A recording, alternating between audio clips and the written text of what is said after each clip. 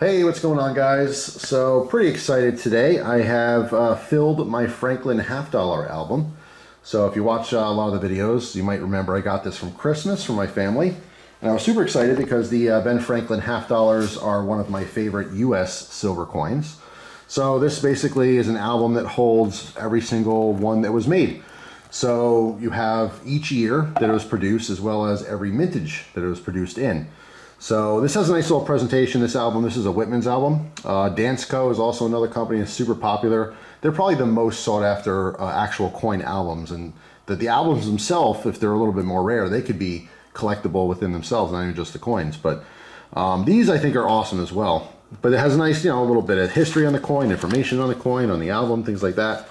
This shows all the different types of albums that they offer, which is a ton, so pretty much any coin you're into.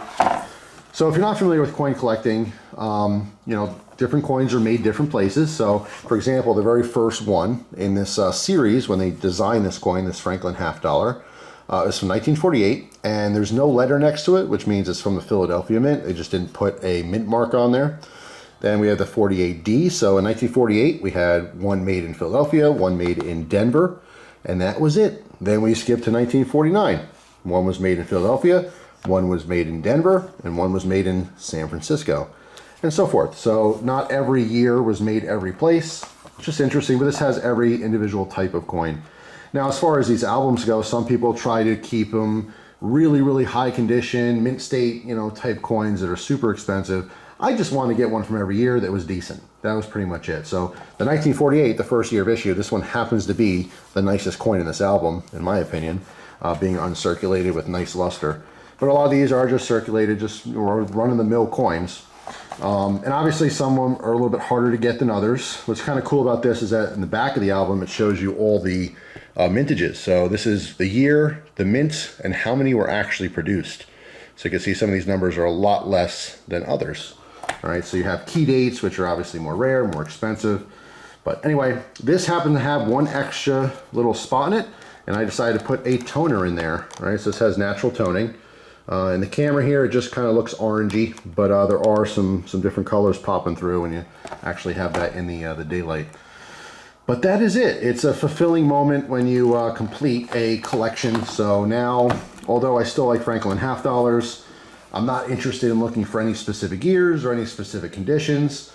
I just would still stack them because I'm trying to fill those guardhouse boxes, which will definitely take years, especially since constitutional silver is just going up and up and up in price.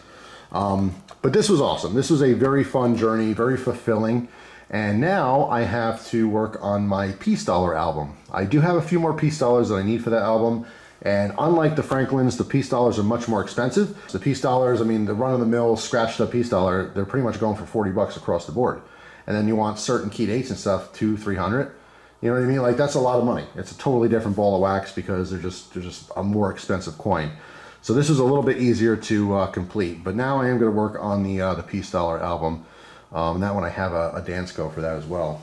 And then when that album's done, I'll do a quick video on it when I do eventually complete it. But when that's done, I'm done with collecting coins for albums, I think, for a while, because I want to focus back on just stacking silver for weight and possibly some gold. But for now, this was kind of like a diversion from my regular stacking stuff. I thought it was really cool because, silver stacking is very fun and there's a million different ways you can do it.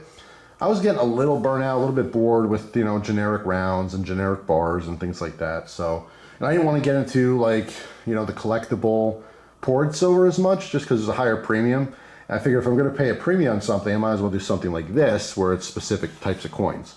So anyway, very, very happy with it. It's just, like I said, it's a journey. It's fun adding to these collections. And then eventually, once you have it completed, it's a really awesome feeling. It's just you're completing something. It's like any collection.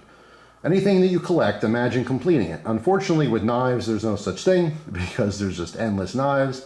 It doesn't matter if you have all the money in the world, you couldn't possibly get all the knives. But something specific like this, there is a definitive, there's X amount in the series, and once you get them all, you're done. You're done with the collection. So pretty cool. Who knows though, maybe in the future, with my hobbies, I'm constantly bouncing around. So I'm not gonna say I'll never do another album. This is done. When I get the piece dollar done, I'm gonna take a break.